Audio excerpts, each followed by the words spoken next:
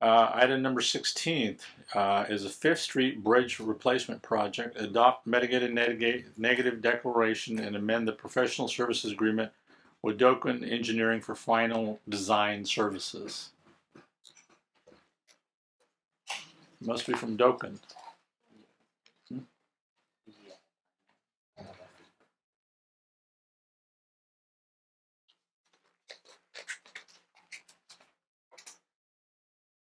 Oh. Good evening, Mayor, Council members. I'm Kevin Bradford, Senior Engineer in the Public Works Department. I'm happy to report that item 16 before you tonight contains two major milestones related to the Fifth Street Bridge Replacement Project. The first item is your consideration of a mitigated negative declaration to satisfy CEQA requirements for the project. The second item is your consideration of an amendment to the city's current contract with Docken Engineering, which would allow final design and right-of-way activities to begin. So starting with the CEQA item, the city's consultant, Docken Engineering, has prepared an environmental document that includes an initial study and mitigated negative declaration for CEQA compliance.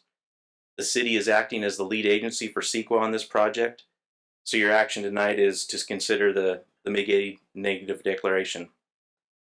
Caltrans also has a role in approving the environmental document due to federal funding being involved on the project. Caltrans staff has reviewed the document and are recommending Caltrans approval once the city approves the mitigated negative declaration. I also want to point out that the environmental document was circulated for public review and we received a total of 9 comments, all of which have been incorporated and addressed in the mitigated negative declaration before you tonight, and none of which revealed any new or avoidable significant effects. On the final design contract amendment in 2010, in conjunction with the City of Marysville, Sutter County, and Yuba County, we issued a request for proposals for preliminary design and environmental work. And the request specifically stated that the consultant selected for the work could be awarded a final design contract at the city's discretion. And our intention there was to make sure that all interested parties considering the RFP would understand that final design component could be added to their contract at a later date at the city's discretion. So city staff and staff from Marysville, Sutter County, Yuba County, and Caltrans are all recommending that we continue with Docken Engineering. And what sets Docken apart in our experience is that, number one, they were selected through a rigorous RFP process to begin with as the most qualified consultant for this work. Number two, they've performed very well on the preliminary design and environmental document. And number three, their familiarity with the environmental aspects of the project makes them uniquely positioned to efficiently acquire the permits and make sure that the conditions of those permits are incorporated into our plans and specs. So in accordance with council authorization, Docken has provided the city with a proposal for performing preliminary or final design. Staff from the city and Caltrans have reviewed that proposal and found the level of effort and billing rates to be consistent with similar consultant contracts. Caltrans headquarters has audited the proposal and found that the markups are consistent with state and federal guidelines against safeguards, against unfair charges. And just to point out, a general rule of thumb is that final design costs usually run about 8 to 10% of the construction cost for a job of this size, and Docken's proposal is coming in at less than 7%. Sufficient funds are budgeted through the CIP for this contract amendment, and the cost will ultimately be reimbursed through state and federal grants. The Caltrans is recommending that the city amend the current contract instead of entering into a new one. Staff agrees with that recommendation because the review process at Caltrans and the Federal Highways Administration is quite a bit more cumbersome if you start a new contract. Using a contract amendment would streamline that process. In summary, so staff is recommending your approval of the mitigated negative declaration and an amendment to our contract with Dawkin for final design services. We've prepared an anticipated milestone schedule for your information on the overhead. And with that, I'd be happy to take any questions council might have. Questions? To the mayor.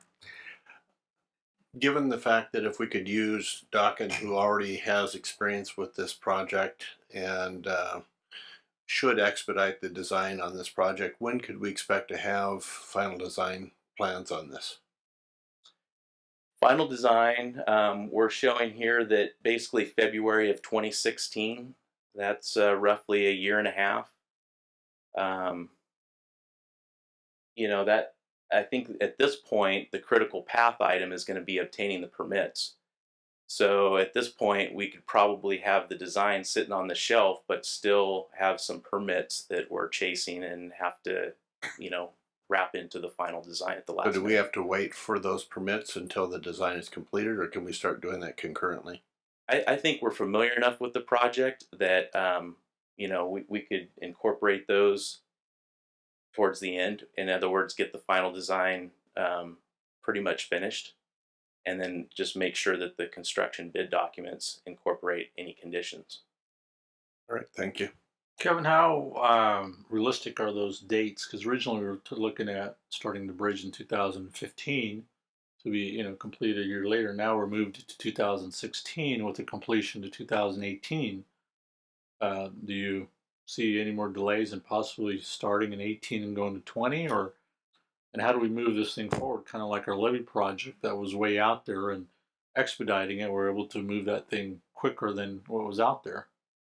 Yeah, at this point, looking back on what's been done to date, the big wild card was the whole environmental document, which we're making a major step if we can get past that hurdle tonight. The next big wild card would be the permitting, and so I think being proactive with the regulatory agencies, getting that process started quickly. If we identify any hangups, you know, go through whatever resources we have at Caltrans to help push those permits through. But the schedule, I think it's very realistic. I think that it represents what will happen if everything goes right in the permitting process. Because I would think that the longer we wait, the cost will probably increase as well. You know, so what we have budgeted for it and what we've obtained from grants, by the time we get this thing started, possibly may not be enough to complete our project. So we'll have to go back and revisit those numbers, because those numbers that we got are if we started the work today, or you know, our original date. So now we're pushing it back by a year, which could skyrocket some of our costs. So, Yeah. One other component of the actual construction schedule is the generous grant that we received from SACOG, $17+ million. That is STIP dollars that is programmed in federal fiscal year 2017. So, in short of getting the CTC to expedite that funding, the construction is pretty much fixed. Okay. We'll try our best to have the design sitting on the shelf, the permits in hand to expedite it if funding becomes available. great, thank you. Any other questions? Okay, what's your recommendation? I'd like to move the item, or both recommendations, actually. Okay. I'd like to jump over that hurdle myself, so I'll second the recommendation. Okay, all in favor signify by saying aye. Aye. Wonderful. Motion carries. Thank you.